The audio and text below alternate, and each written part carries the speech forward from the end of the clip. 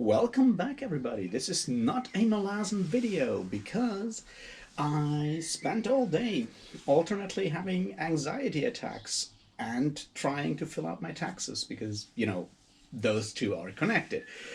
Didn't get enough time to read Malazan today. But I feel I might be on a way back to more like safer mental health at this point. Now that the taxes are over, because that was like the first time I had to do like the taxes for the record label, and yeah, I hope everything went smoothly now.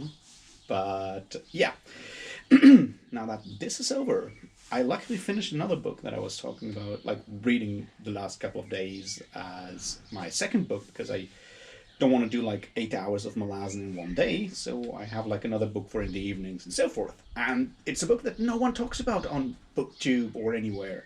And I think that's a shame. So I'm here to tell you all about By Force Alone by Lavie Tidhar, one of my favorite like younger, weirder authors. So let's get into how to ruin King Arthur with a lot of fun. Cheers.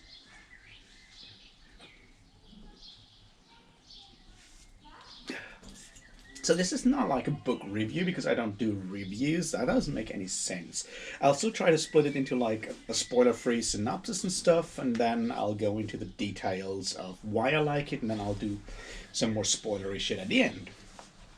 But what it boils down to is By Force Alone is Lavie Tidhar's attempt at writing an Arthurian novel. And how to explain, first of all, who Lavie Tidhar is and why I think he's amazing. Well, Lavie Tidhar is an author born in Israel, currently living in the UK as far as I know, and has been writing for like almost 2 decades at this point. On the borders between the fantastic, the science fiction, and the weird, I would broadly say. He's written a sword and sorcery tale called Gorel and the Pot-Bellied God, which is really cool. He gained like first notoriety, or at least fame in a way, with his novel Osama, which deals with Al-Qaeda terror attacks. He wrote an incredible superhero novel called The Violent Century, which is great, and I cannot recommend it enough. he does a lot of, like, as I said, on the weirder side of things.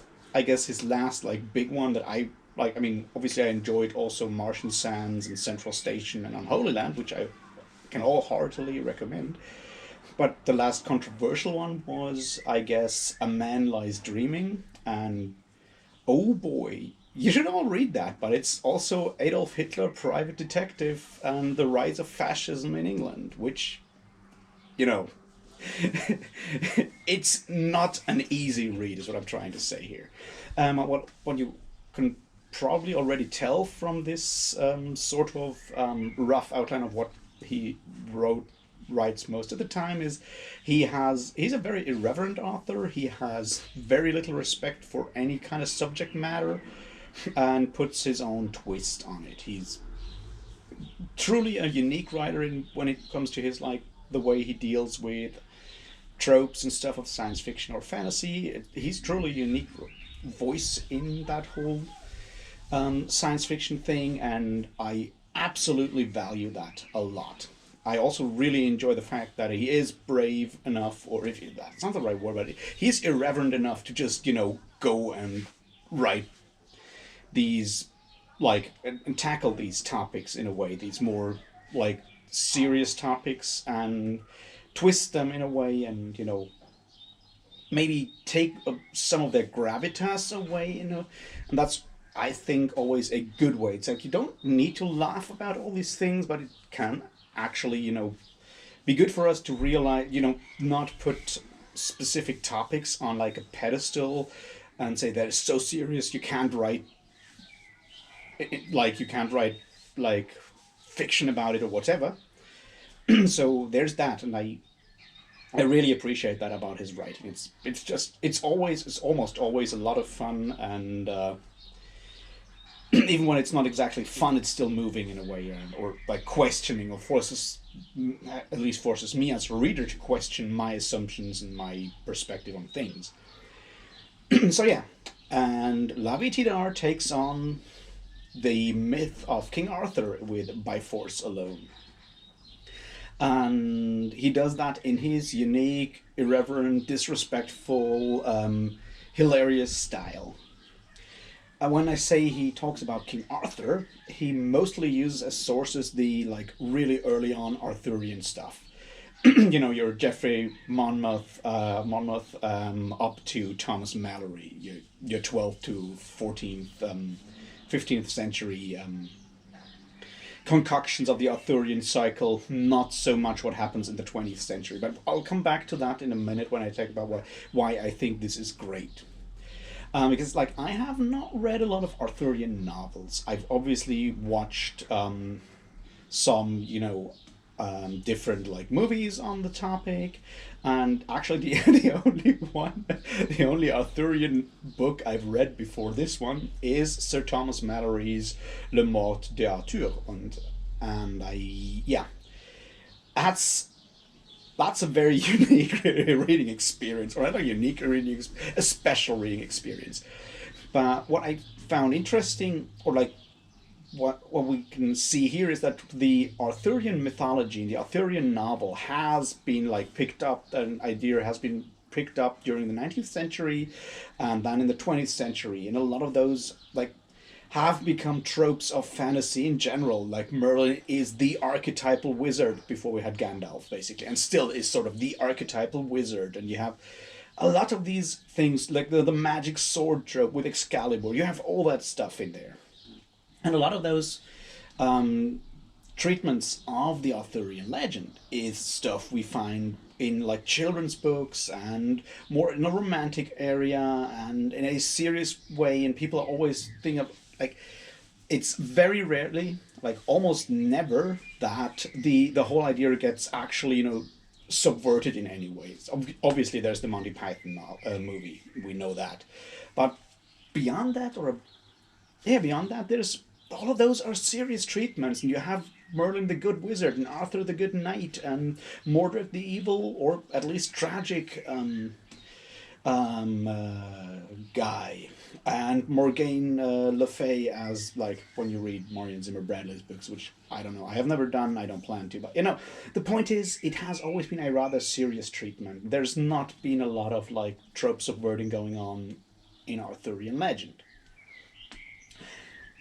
This changes with By Force Alone. I can tell you that. And this is like still me talking about the basic stuff before we get into the spoilers.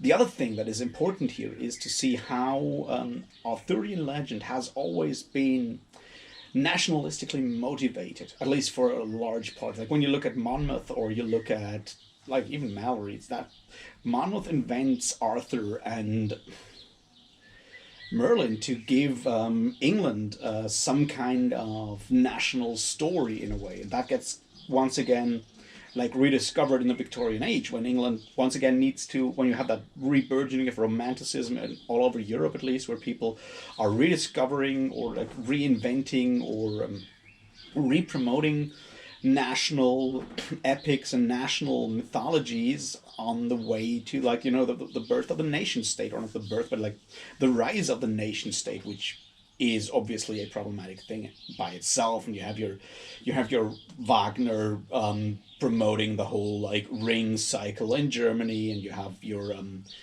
Kalevala collection by Lönnroth in Finland and stuff like that. That's kind of connected with the birth of these different nation states. Arthur is used for that as well. So there's a lot of reasons to question the story of King Arthur, and I'm really glad that Lavie Tidhar does it in his way. So I obviously enjoyed it a lot. I don't rate books, so there's no rating or anything. I heartily recommend it to each and everyone. It's an incredible book. I had a ton of fun. It's eminently quotable, if you don't mind swearing and vulgarity, because it's that as well. So this is the other thing there, though. If you take your Arthurian stories very seriously, and if you can't take a joke, this is not the book for you. Tidhar does this wonderfully when he opens the book with like 3 quotations, 2 of them insulting Englishmen, and the third one supposedly by Aristophanes, which is fuck them if they can't take a joke. I'm not quite sure if Aristophanes ever said that, but if you have ever looked into Aristophanes' comedies, Aristophanes being a writer of comedies in Athens in the golden age of Athens in the that 400 something BCE in Athens, he wrote comedies insulting what's his name, Socrates. He didn't take shit from no one, and he was very open when it came to rather like direct he took a very direct and brutal approach to comedies, is what I'm trying to say here. So I don't know, I guess his most famous comedy is probably Lysistrata, which, you know, is a piece of art that you should actually at least look up, if not read the whole thing by yourself. But it's very much a glorious thing as well. So even if that quote that quote at the beginning is fake, it is very much in the spirit of Aristophanes, and understanding these kind of things will help you to kind of get where this is going to. But still, once again, if you can't deal with a lot of vulgarity, this may actually upset you. I personally think that it is good to upset people who love Arthur too much, so I'm all in favor of this. But I can, you know, please be aware of what you're getting yourself into there. This is going to be, you need to have to share in that spirit of irreverence and questioning any kind of national romantic narratives, is what I'm saying here. So yeah, let's get a bit more into that now.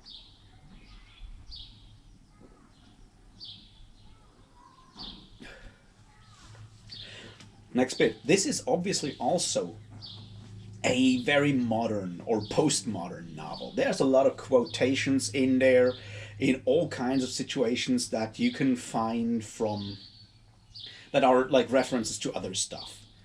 At some point, and I'm not going to go into when or where, it is King Arthur who says, "Now I have become death, destroyer of worlds," and I guess you all know where that quotation came from. Otherwise, look it up on your own peril. There's stuff like that all the time. There's a lot of like quotes and stuff that are basically references to all kinds of other things throughout history. There's a lot of quotations by or supposed quotations from Greek philosophy, some stuff from like Jewish and Christian mythology, obviously, a bit of Roman history and so forth. That goes through the entire story as well. You have all these references, and if you know a bit of Greek philosophy, mostly it's pre-Socratic philosophy, but there's a bit of Aristotle there as well, and a bit of Plato there as well. So yeah, there's that. What else can I say before we need to go spoilery on this?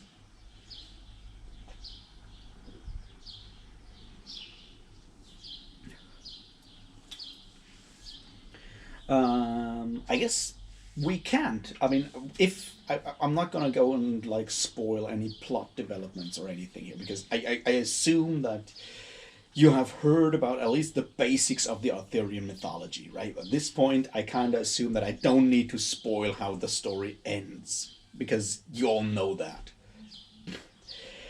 Oh yeah, right. One other thing that I find interesting here is, and this is something that we also need to look at, I guess, before we go into spoilers. The thing here is that, especially with Arthurian mythology and Arthurian story, there's like 2 approaches to that. One is you turn it into the more fantastic, or make it basically a fantasy novel. And the other approach is to make it sort of pseudo-historian, or at least historically seeming in a way. Which, you know, is the approach that Monmouth took, and up to a point also Mallory. It is certainly what the Winter King, Enemy of God, what's his name?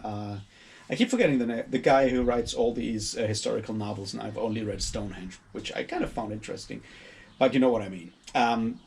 That kind of thing. Also, the terrible early 2000s movie King Arthur went that way, and there's a problem with that. It's like when you take something that has been a fabrication from the beginning, Arthur was made up. When you try to make it a sort of give it historical verisimilitude, or at least like show, like try to make it out that if it as if it was real, you suddenly begin, and this is where the nationalistic impulse comes from, right? You do that because suddenly you can claim like this is how it was in the olden days. This is not just something we made up. So there is that issue with. All right, I forget. Bernard Cornwell is the guy, obviously, who wrote that Arthur trilogy. It's a pretty old one. I've heard very good stuff about it, but I've never gotten beyond the first chapter for reasons. I still kind of plan to read it at some point. Not sure if I can do it now, though, because I've been spoiled. Anyway, what I wanted to go back to is the problem of like these sort of historical Arthurs, because when you claim historical accuracy, or at least historical probability or something like that, you suddenly make all the things that people draw from your novel, you give them more weight in a way. It's like, I'm not saying this is a good thing, it's like a thing that we know comes from how we still look at the problem of fantasy novels, where we kind of a lot of times say like, oh, this is just a made up fantasy, but it's like when you go and like this is how it was with the knights back in the day, and him like Arthur building that first kingdom of Britain and all that stuff. You do that, and you lend it more weight in a way with something completely made up. And I feel that in my reading, By Force Alone by Lavie Tidhar takes more of an issue with that, and not attacks, or deconstructs or subverts those so-called historical Arthurs much more than the really fantastic fantasy Arthurs, like, you know, your what's it called, The Sword in the Stone, or whatever, that Walt Disney movie and stuff like that. It's not that one. It takes more a piss at your Geoffrey Monmouth, or Thomas Mallory, or maybe even Bernard Cornwell, or that King Arthur movie. So I guess we're at the point where I kind of go into details. If you read the synopsis on the cover, basically back cover, you kind of know where it's going, although you might disbelieve things that are said there. But yeah, I guess I'll take a drink, and after that we go into details. But before I do that, once again, go read it. It's a ton of fun. It's so like out there, and it's just like sheer joy of tearing down Arthur. It's a lot of fun. So yeah, do that. But now we have the spoiler break.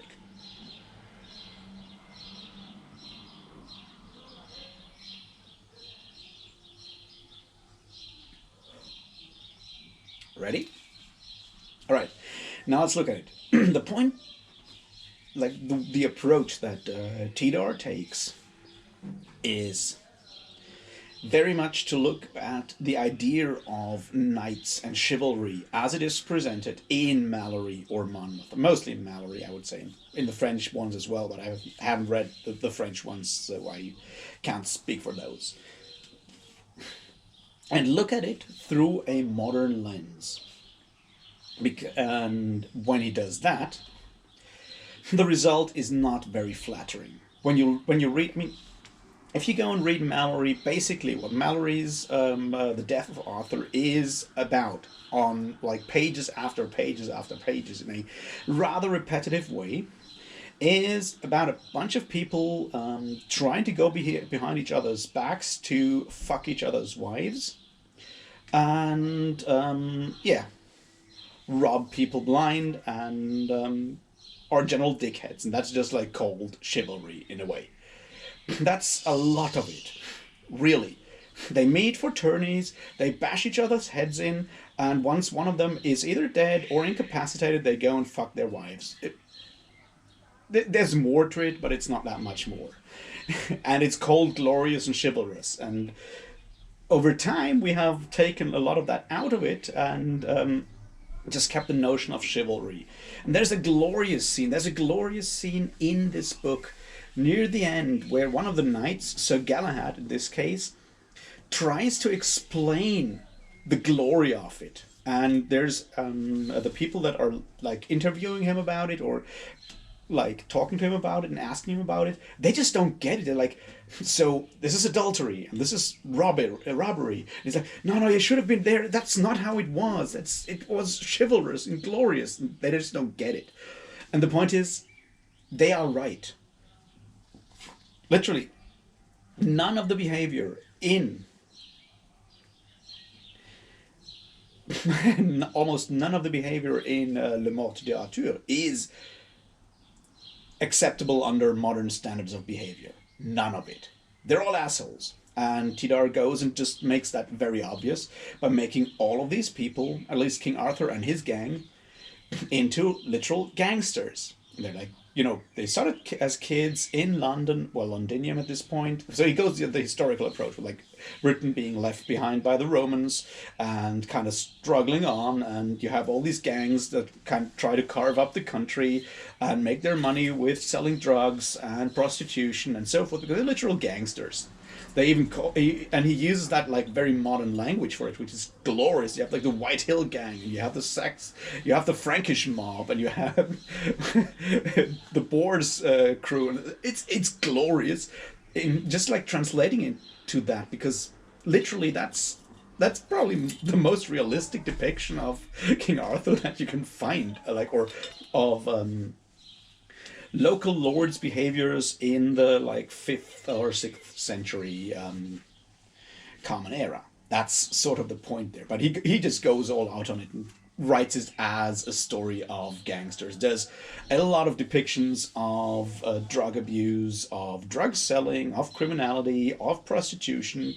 And he goes all the way there. He goes all out on that, which once again is a glorious way to portray these things. Other